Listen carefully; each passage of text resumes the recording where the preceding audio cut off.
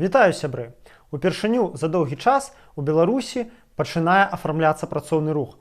Працоўныя пачынаюць адчуваць сябе суб'ектам палітыкі, а страйкі сталі аднім з наймацнейшых інструментаў ціску на рэжым Лукашэнкі. Гэта тое, чаго 3% баіцца больш за ўсё. Аднак па цэлым шэрагу прычын многія працоўныя не хочуць страйкаваць у адкрытую. Хтосьці трымаецца за працоўнае месца, хтосьці за інтэрнат, хтосьці папросту баіцца начальства. На сёння ў працоўных калектывах ёсць аграмаднае жаданне зрабіць страйк па законе. А гэта значыць выкананне мноства фармальнасцяў. Гэта і правядзенне працоўнага сходу, і ўведамленне начальства за 2 тыдні, і многае іншае. У сувязі з гэтым набываюць актуальнасць іншыя формы пратэсту, такія як італьянскі страйк. У гэтым відэа мы разберем, што такое італьянскі страйк, якія яго плюсы і мінусы, і што патрэбна, каб яго пачаць. А таксама разглядзім рэальныя прыклады італьянскіх страйкаў. Адразу скажу, я шмат дзе працаваў за сваё жыццё. Грузчыкам на рынку, барменам у кавярні, працаваў на будоўлі, аднак на заводзе я не працаваў ніколі. Таму для выраблення гэтага відэа я карыстаўся парадамі сяброў, якія працуюць на вытворчасці, інфармацыяй з адкрытых крыніц, а таксама сваім агульным досведам наёмнага працоўнага. Перад тым, як мы пачнем, я хацеў бы падзякаваць усім, хто падтрымлівае маю працу капеечнай. Без вашай дапамогі мне было б вельмі складана. Калі вы хочаце і надалей падтрымліваць мой інфармацыйны фронт, данатце па спасылке, якую бачыце зараз, а таксама у апісанні. Строга кажучы, італьянскі страйк гэта і не страйк увогуле. Гэта форма сабатажу вытворчасці. Яна складаецца ў тым, каб выконваць сваю працу строга ў адпаведнасці з вытворчымі інструкцыямі і законам, а таксама даслоўна выконваць паручэнні начальства, асабліва самыя дурныя. Паколькі інструкцый, загадаў і законаў вельмі шмат, яны носяць бюракратычны і фармальны характар і часта нават супярэчаць адзін аднаму, прамое іх выкананне часта азначае істотнае запавольванне ці нават спыненне вытворчасці. Вынік падзення прадуктыўнасці і заробкаў прадпрыемства, што ў сярэдняй і доўгатэрміновай перспектыве азначае змяншэнне паступлення грошаў у кішэню кіруючага рэжыма, што нам і трэба. То бок італьянскі страйк гэта павяртанне законаў супраць сваіх наймальнікаў і самой дзяржавы. Якія плюсы італьянскага страйку? Першае. Вы не ўваходзіце ў прамую канфрантацыю з начальствам, не даеце прамых нагодаў сябе звольніць. Другое. Вы здымаеце з сябе усялякую адказнасць за наступствы, бо фармальна нічога не парушаеце. Трэцяе. Нават калі палітычныя патрабаванні вашага страйку не будуць выкананыя, у любым выпадку начальства для таго, каб прымусіць вас працаваць, будзе вымушанае палепшыць умовы вашай працы. То бок вы у любым выпадку застаецеся ў выйгрышу. Прамое звальненне за італьянскі страйк малаверагоднае. Аднак ёсць магчымасць непрацягнення кантракту. Гэта таксама варта трымаць на ўвазе. А зараз пра мінусы.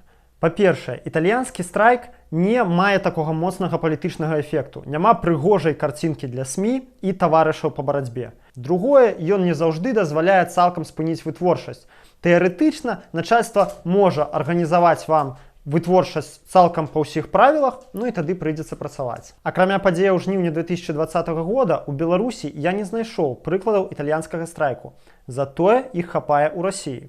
У 2007 годзе адбыўся італьянскі страйк на Качканарскім горна-узбагачальным камбінаце, які належыць Раману Абрамовічу. У выніку гэтага страйку выпрацоўка знізілася на 70%, а прадпрыемства недаатрымоўвала $1 мільён штодзённа. Працоўныя патрабавалі падвышэння заробкаў і ў выніку дабіліся яго за 4 дні. Потым на гэтым прадпрыемстве было яшчэ некалькі італьянскіх страйкаў, прытым страйкавала да 6 000 працоўных. У 2006, 2007 і 2010 годах італьянскія страйкі адбыліся на заводзе Ford у расійскім Всеволожску.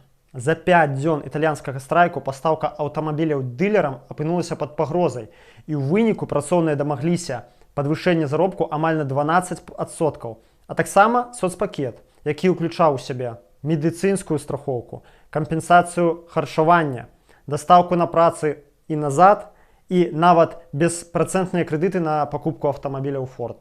Што трэба рабіць перад тым, як пачаць італьянскі страйк? 3 пункты. Першае. Вывучыць працоўнае заканадаўства і працоўныя інструкцыі. Многія з важных законаў вы пабачыце па спасылках у апісанні. Трэба памятаць, кожны працоўны выконвае свае працоўныя абавязкі адпаведна працоўнай дамове, службовай інструкцыі на пасадзе службоўцы, працоўнай інструкцыі на пасадзе працоўнага, рэгламенту працаў і працоўнага кодексу.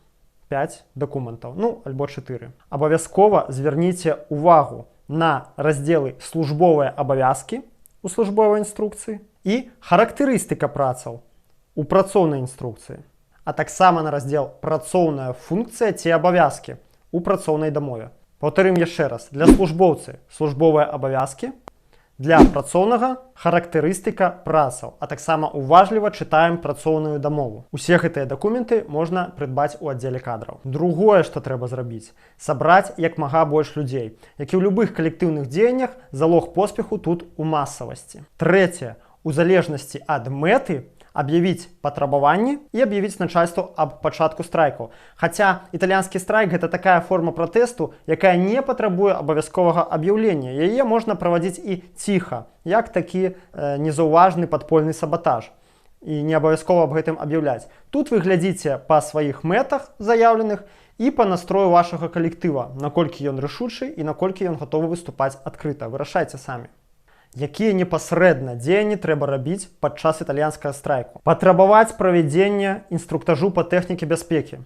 Вы не маеце права прыступаць да працы без такога інструктажа, аднак на вельмі многіх вытворчасцях ён не праводзіцца ўвогуле альбо праводзіцца фармальна. Напрыклад, калі я працаваў на будоўлі, менавіта так фармальна са мной і правялі гэты інструктаж.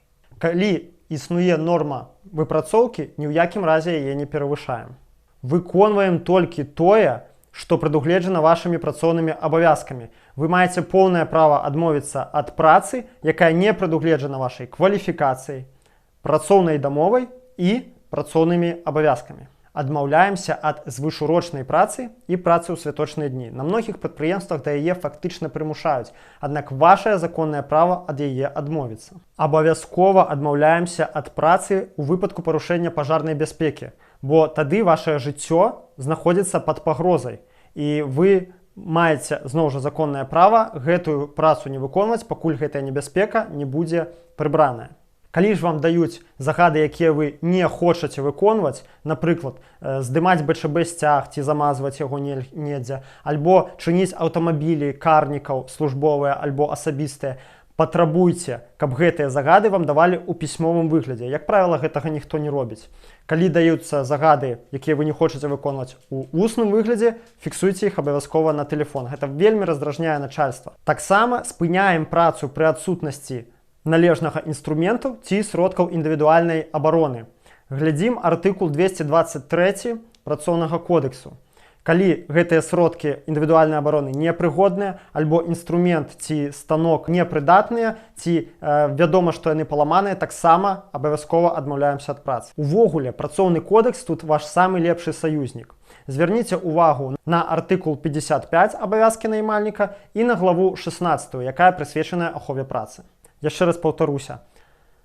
Пункты, на якія прасцей за ўсё ціснуць, гэта асвятленне працоўнага месца, наладка інструментаў і тэхналагічнага абсталявання, сродкі індывідуальнай абароны і спецадзення. Па гэтых пунктах амаль ва ўсіх працадаўцаў прысутнічаюць парушэнні. Сабатаваць вытворчасць такім чынам можна не толькі на заводах, але і ў мностве іншых сфераў, бо заканадаўства па ахове працы распаўсюджваецца на ўсіх, у тым ліку і на офісных працоўных. Асвятленне, вентыляцыя – усё гэта прапісана ў адпаведных нарматыўных прававых дакументах. Вы можаце нават адмовіцца ад працы на неліцэнзійным софце, калі ён стаіць на вашым кампутары, бо фармальна ягонае выкарыстанне незаконнае. Я лічу, што можна і трэба страйкаваць не толькі на дзяржаўных прадпрыемствах, але і на прыватных, асабліва калі яны пастаўляюць важную для дзяржавы прадукцыю альбо з'яўляюцца буйнымі падаткаплацельшчыкамі. Гэта адносіцца да фірм рэзідэнтаў ПВТ, буйных гандлёвых сетак, альбо, напрыклад, да такіх прадпрыемстваў, як Газпром Трансгаз Беларусь,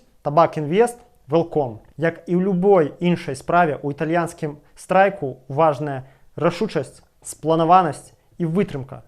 Калі пачалі, ідзіце да канца. Ускладніць жыццё свайму наймальніку – гэта меншае, што мы можам зрабіць для таго, каб вызваліць нашу краіну ад акупантаў і фашыстаў, якія зараз ёю кіруюць.